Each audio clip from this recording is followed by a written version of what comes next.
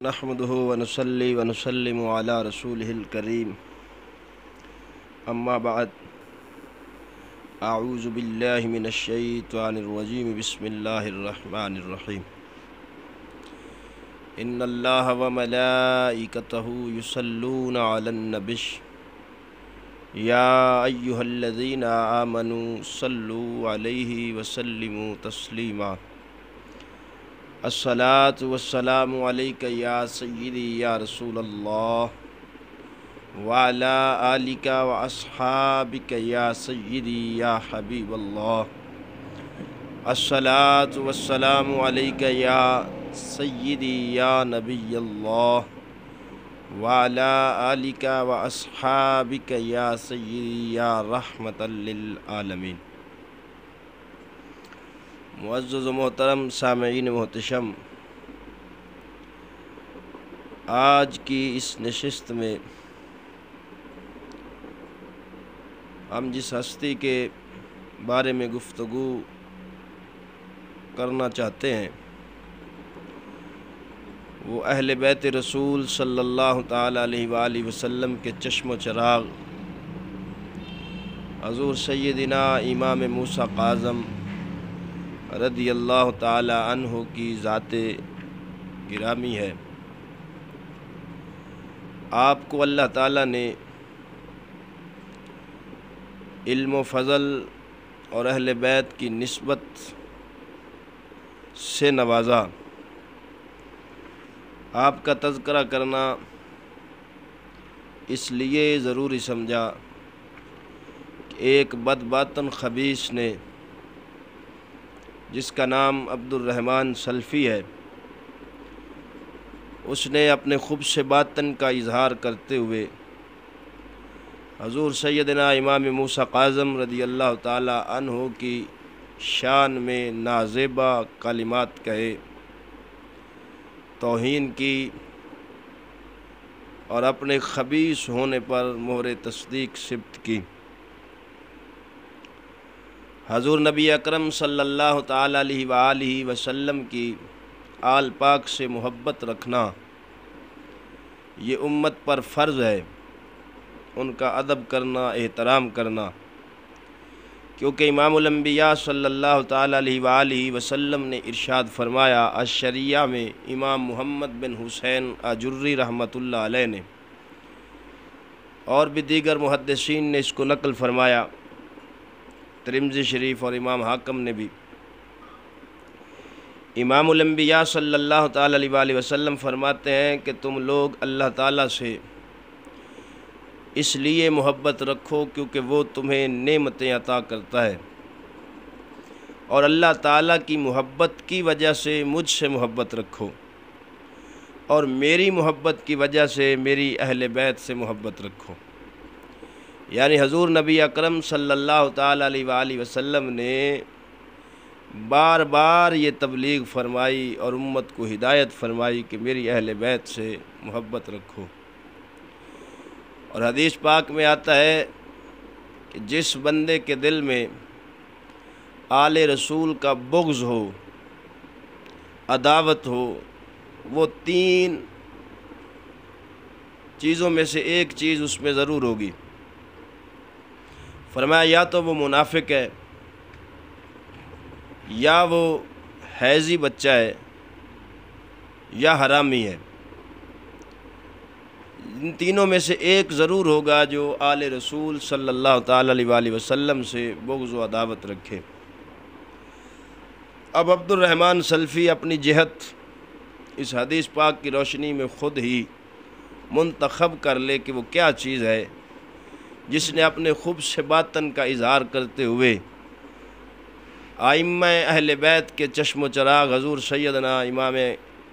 موسیٰ کاظم رضی اللہ تعالی عنہ کی شان میں صریحاً گستاخی کی، اور ابھی تک آزاد ہے، ملکی ادارے خاموش ہیں، تو ہم نے ضروری سمجھا کہ ہم اس عظیم ہستی کی بارگاہ میں خراج عقیدت پیش کر دیں اور ان کی سیرت کی تھوڑی سی جھلک عوام تک پہنچا دیں۔ صفت الصفوہ میں حضرت محدث ابن جوزی علیہ رحمت حضرت امام موسیٰ کاظم کا ذکر کرتے ہوئے ارشاد فرماتے ہیں کہ حضرت موسیٰ بن جعفر کو العبد الصالح کہا جاتا ہے، یعنی نیک بندہ۔ کیوں کہا جاتا ہے؟ فرمایا اس لیے کہ وہ روزہ دار زوردار عبادت کرنے والے تھے، راتوں کو نفل پڑھنے والے تھے۔ آپ ایک شریف بردبار شخص تھے، اور جب انہیں کسی کی طرف سے یہ بات پہنچتی کہ کوئی بندہ انہیں تکلیف دیتا ہے تو آپ اس سے بدلہ لینے کی بجائے اتنے رحیم تھے کہ تکلیف دینے والے کو اپنی جیب سے مال دیتے تھے۔ یہ آپ کا اخلاق کریمانہ تھا، اور عبادت کرنے والے تھے، روزے دار تھے، فقہ کا علم بھی رکھنے والے تھے۔ آپ کو کاظم اسی لیے کہا جاتا ہے کہ کسی سے بھی آپ کو تکلیف پہنچتی تو آپ اس سے درگزر فرماتے تھے، اس لیے آپ کا لقب کاظم مشہور ہو گیا۔ آپ علیہ السلام، آپ حضرت امام موسیٰ کاظم رضی اللہ تعالی عنہ عبادت، تقوی، پرہیزگاری کے لحاظ سے اپنے زمانے میں بلند پایا اور بلند مقام رکھتے تھے، اور آپ کو فراست اللہ نے یہ عطا فرمائی تھی کہ حضرت شفیق بلخی رحمۃ اللہ علیہ آپ فرماتے ہیں کہ میں حج کرنے کے لیے گیا تو حاجیوں کا، جب میں مقام قادسیہ میں پہنچا تو وہاں حاجیوں کا ایک قافلہ موجود تھا۔ میری نظر ایک ایسے نوجوان پر پڑی جس کا رنگ گندمی، کپڑے اس کے اوپر اس نے اونی کپڑے پہن رکھے تھے، پگڑی کا شملہ نکالا ہوا تھا، پاؤں میں جوتے، اور وہ اکیلا بیٹھا ہوا تھا، ان حاجیوں کے قافلے سے وہ الگ بیٹھا تھا۔ میں نے سمجھا کہ یہ حاجیوں پر بوجھ بنے گا، زبردستی جانا چاہتا ہے، تو میں جا کر اسے سختی سے روکتا ہوں۔ تو آپ فرماتے ہیں کہ جب میں حضرت امام موسیٰ کاظم رضی اللہ تعالی عنہ کے قریب پہنچا تو حضرت امام موسیٰ کاظم نے میری طرف دیکھ کے فرمایا، شفیق بلخی، اللہ قرآن میں فرماتا ہے کہ کسی پہ بدگمانی نہیں کرنی چاہیے، کبھی کبھی بدگمانی بہت سخت گناہ ہوتی ہے۔ آپ فرماتے ہیں میں حیران ہو گیا کہ یہ عجیب بندہ ہے، یہ تو بہت کوئی نیک آدمی ہے جو میرے دل کی بات مجھے بتا رہا ہے، یعنی یہ چیز میرے ذہن میں آئی تھی اور یہ مجھے بتا رہا ہے، میں نے ابھی ان سے کچھ کہا بھی نہیں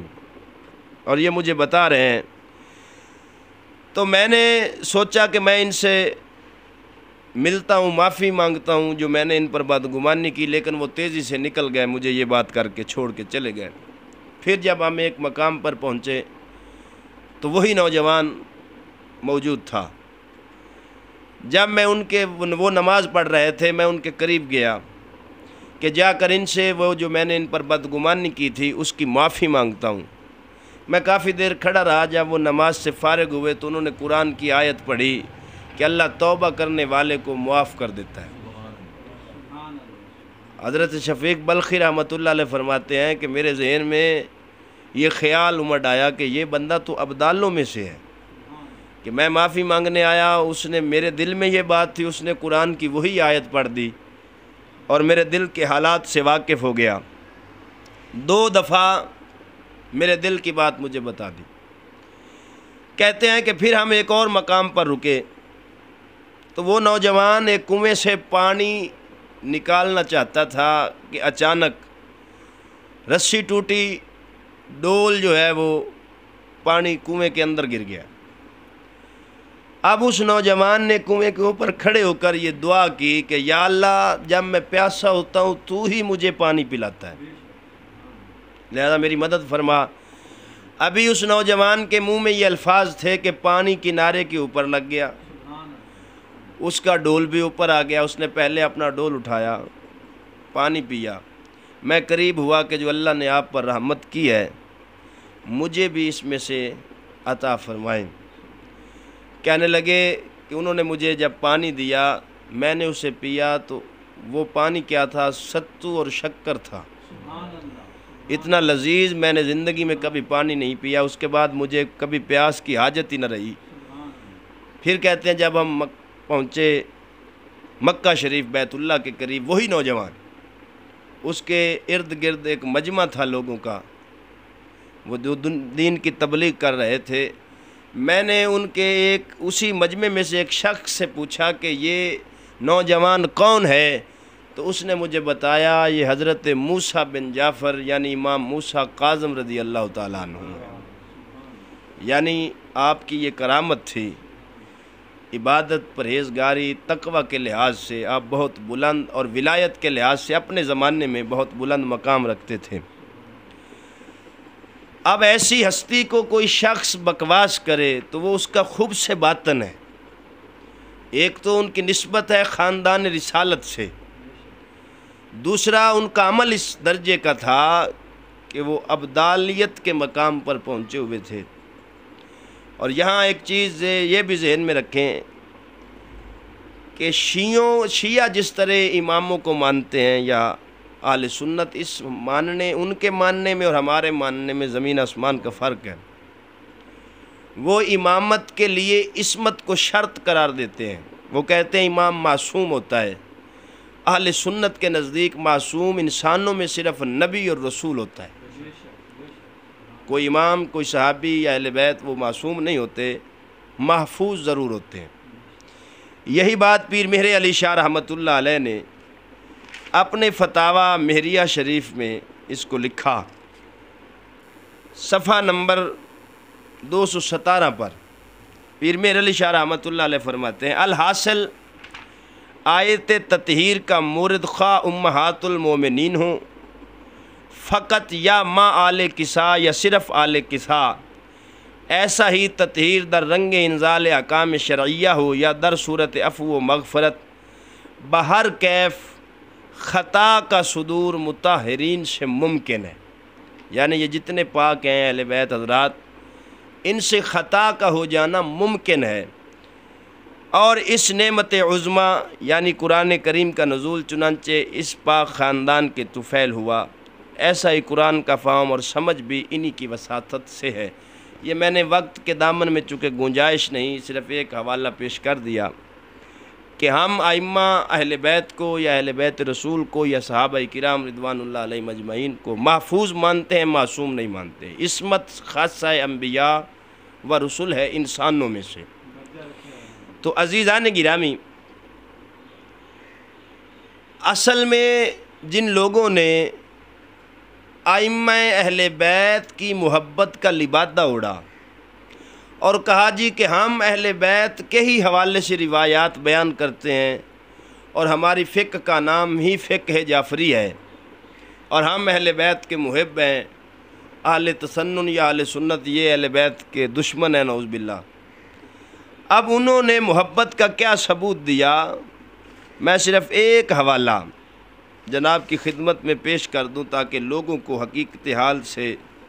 باخبر کرنا مقصود ہوتا ہے۔ یہ اہل تشیع کی کتاب ہے وسائل الشیعہ، 20 جلدوں میں تقریباً، یہ ان کی فقہ کی کتاب ہے۔ یہی روایت جو میں اس سے پیش کر رہا ہوں، یہی روایت شیعوں کی معتبر اور مستند کتاب فروع من کافی ہے، اس میں بھی یہ روایت موجود ہے۔ اب ان لوگوں نے کیسے کیسے بہتان گھڑ کے ائمہ کی طرف منسوب کیے، اور جو تصویر انہوں نے ائمہ اہل بیت کی پیش کی ہے شاید وہ آج کے کسی شریف انسان کے بارے میں بھی نہیں پیش کی جا سکتی، جو انہوں نے اتنی عظیم اور بزرگ ہستیوں کے حوالے سے لوگوں کے سامنے پیش کر دی ہے۔ یہ کہتا ہے کہ ابو یحییٰ الواسطی بعض اصحاب سے، اور وہ حضرت امام موسیٰ کاظم سے روایت کرتے ہیں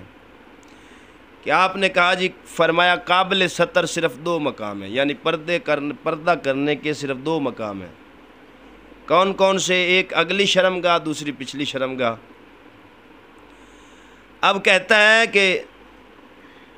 پچھلی شرمگاہ تو وہ سرینوں میں چھپی ہوئی ہے،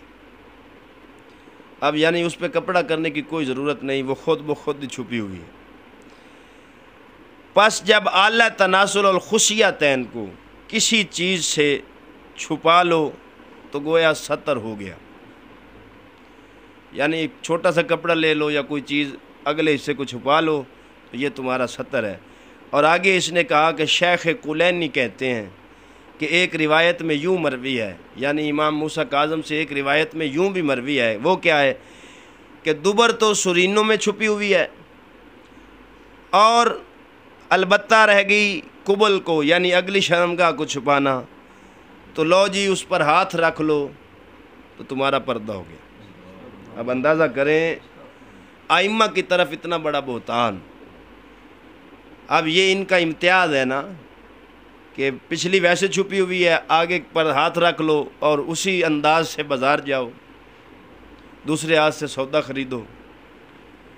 اور اسی انداز میں جا کر مجلس عزا میں بھی شامل ہو جاؤ۔ کتنی بڑی جہالت اور حماقت ہے کہ ایسی غلط اور لچر بےہودہ قسم کی روایات کو پاک ہستیوں کی طرف منسوب کر دینا، اور ایسی تصویر ائمہ کی لوگوں کے سامنے پیش کرنا کہ جو ایک شریف انسان کے بارے میں بندہ آج کے زمانے میں نہیں سوچ سکتا، وہ اتنی بزرگ ہستیوں کے بارے میں پیش کر دینا۔ تو کیا یہ لوگ ائمہ اہل بیت کے دوست ہوئے یا دشمن ہوئے، جنہوں نے ان کی توہین ہی اتنی کر ڈالی کہ جب یہ بندہ کوئی پڑھے گا معمولی سا عقل و فہم رکھنے والا بھی، تو وہ امام موسیٰ کاظم کے حوالے سے کیا ذہن رکھے گا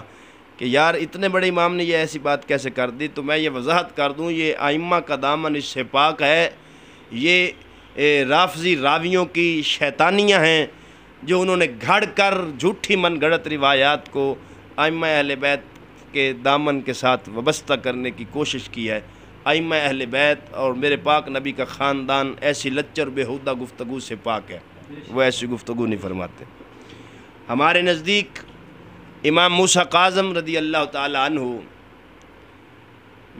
ولایت کے امام ہیں، جس طرح ہم حضور شیخ عبد القادر جیلانی محبوب سبحانی رضی اللہ تعالی عنہ کو ولیوں کا ولی مانتے ہیں، پیروں کا پیر مانتے ہیں، اسی طرح ہم ائمہ اہل بیت اطہار کو ائمہ ولایت مانتے ہیں، ائمہ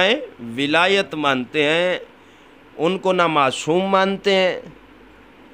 نہ یہ کہتے ہیں کہ ان کو حرام حلال کرنے کا اختیار ہے، بلکہ وہ بھی نبی کریم صلی اللہ علیہ وآلہ وسلم کی شریعت کے پابند ہیں، جس طرح تمام صحابہ کرام اور اہل بیت اطہار تھے۔ حضرت امام ذہبی رحمۃ اللہ علیہ نے میزان الاعتدال میں، یہ اسماء الرجال کی کتاب ہے جس میں حدیث کے راویوں پر بحث کی جاتی ہے کہ کون سا راوی سچا ہے، کون جھوٹا ہے، کس راوی کا حافظہ مضبوط ہے، کس کا کمزور تھا، ثقہ کون ہے، غیر ثقہ کون ہے، یہ بحث ہے ان کی اس کتاب میں۔ جب موسیٰ بن جعفر یعنی امام موسیٰ کاظم رضی اللہ تعالی عنہ کا ذکر کیا تو فرماتے ہیں کہ ان کا لقب امام موسیٰ کاظم ہے۔ انہوں نے اپنے والد امام جعفر صادق سے روایات نقل کی ہیں۔ ابن ابو حاتم کہتے ہیں کہ یہ صدوق ہیں، سچے ہیں۔ ان کے والد ابو حاتم رازی کہتے ہیں کہ یہ ثقہ یعنی مضبوط اور امام ہے۔ امام ذہبی رحمۃ اللہ علیہ فرماتے ہیں کہ امام موسیٰ کاظم انتہائی دانشور پرہیزگار لوگوں میں سے ایک تھے۔ بغداد شریف میں آپ کا مزار مبارک معروف ہے۔ آپ کا انتقال 183 ہجری میں ہوا۔ آپ کی عمر اس وقت 55 سال تھی۔ آپ سے منقول روایات بہت تھوڑی ہیں، وہ اسی لیے تھوڑی ہیں کہ جو میں نے آپ کو دکھا دیا کہ کچھ راویوں نے شیطانیاں کر کے غلط من گھڑت روایات کو گھڑ کے بےہودہ قسم کی وہ ائمہ اہل بیت کی طرف منسوب کر دیں، لہٰذا وہ ہمارے پھر ائمہ نے ان کو نقل نہ کیا کہ چونکہ یہ ان کی شیان شانی باتیں نہیں ہیں جو لوگوں نے گھڑ کے ان کی طرف منسوب کر دیں۔ تو دوستو، امام موسیٰ کاظم رضی اللہ تعالی عنہ انتہائی بلند مقام رکھنے والے ہیں، اہل بیت سے ہیں، کامل ولی صوفی ہیں، ائمہ طریقت میں سے ہیں، اور فراست اس طرح کی ہے کہ حضرت امام اعظم ابو حنیفہ رضی اللہ تعالی عنہ کے شاگرد حضرت امام محمد اور قاضی ابو یوسف رضوان اللہ علیہ مجمعین، جب حضرت امام موسیٰ کاظم جیل میں تھے تو یہ دونوں ان سے ملنے گئے. یہ بیٹھے ہوئے تھے کہ ایک سپاہی آیا، اس نے کہا حضور میری ڈیوٹی ختم ہو گئی ہے، میں جا رہا ہوں، اگر آپ کو کسی چیز کی ضرورت ہو تو مجھے بتا دیں، میں صبح لیتا ہوں. آپ نے فرمایا مجھے کسی چیز کی ضرورت نہیں، تم جاؤ. جب وہ چلا گیا تو آپ نے قاضی ابو یوسف اور امام محمد سے فرمایا یہ شخص مجھ سے میری ضرورت پوچھ رہا ہے، حالانکہ یہ آج رات کو مر جائے گا. قاضی ابو یوسف اور امام محمد بڑے پریشان ہو گئے کہ ہم تو آئے تھے فقہ کا مسئلہ پوچھنے، فقہ پہ گفتگو کرنے، اور یہ شخص تو اتنی فراست رکھتا ہے کہ یہ غیب کی خبر دے رہا ہے. آپ فرماتے ہیں کہ جب ہم باہر نکلے تو ہم نے اس بندے کے دروازے پر ایک شخص کی ڈیوٹی لگا دی کہ جو ہو حالات ہوں ہمیں خبر دینا. وہی بات ہوئی کہ رات کے وقت وہ شخص فوت ہو گیا اور ہمیں خبر دی گئی کہ جس کو امام موسیٰ کاظم نے کہا تھا وہ شخص فوت ہو گیا ہے. تو یعنی فراست آپ کی اس اعلیٰ درجے کی تھی، اور مقام تقویٰ پرہیزگاری اس حد تک تھا کہ اللہ تعالیٰ نے آپ کی آنکھوں سے پردے ہی ہٹا دیے تھے. تو ائمہ اہل بیت اطہار ہوں، صحابہ کرام رضوان اللہ علیہم اجمعین ہوں، اور ہم اہل سنت کا یہ مذہب ہے کہ جس ہستی کی نسبت ایمان کے ساتھ حضور نبی اکرم صلی اللہ تعالیٰ علیہ وسلم کے ساتھ ہو، وہ چاہے صحابہ کرام ہوں یا اہل بیت اطہار ہوں، ہم اس ہستی کا ادب احترام کرنا فرض سمجھتے ہیں. ان کی بے ادبی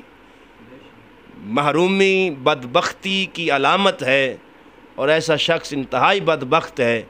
جو کسی بھی بزرگ ہستی پر طعن و تشنیع کرتا ہے یا ان کو بکواس کرتا ہے. ایسا شخص باطن کا بھی خبیث ہے، ظاہر کا بھی خبیث ہے، اور ایسے لوگوں کی صحبت سے اللہ اہل سنت کے سادہ لوگوں کو بچائے اور ہمیں ادب کی دولت پر ہی قائم فرمائے، اور اسی دولت پہ ہمیں اللہ موت عطا فرمائے. آمین ثم آمین. وآخر دعوانا ان الحمدللہ رب العالمین.